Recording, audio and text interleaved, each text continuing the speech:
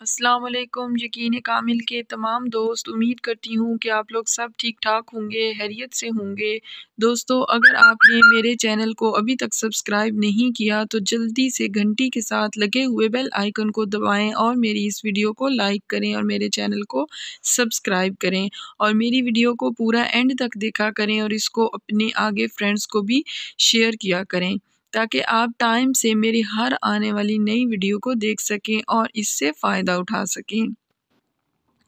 آج میں آپ کی خدمت میں جو ویڈیو لے کر آئی ہوں اس میں آپ کو بتانے جا رہی ہوں کہ اگر کسی کو نظر بد ہو اور اس سے آپ کو چھٹکارا حاصل نہ ہوتا ہو تو آپ کیسے گھر بیٹھ کر نظر بد کا علاج کر سکتے ہیں۔ سخت سے سخت نظر بد کا علاج آپ اس ایک نقش سے کر سکتے ہیں جو آج آپ کو میں بتانے جا رہی ہوں۔ کسی کو نظر بد لگ جائے، سر میں شدید درد ہو، بخار ہو، کسی کا بچہ ضد کرتا ہو، بہت زیادہ روتا ہو، بخار نہ اترتا ہو، تو آپ نے یہ نقش بنانا ہے اور اس کو کاغذ پر لکھ کر چند منٹ تک اپنے سر پر رکھیں اور پھر اس کو جلا دیں۔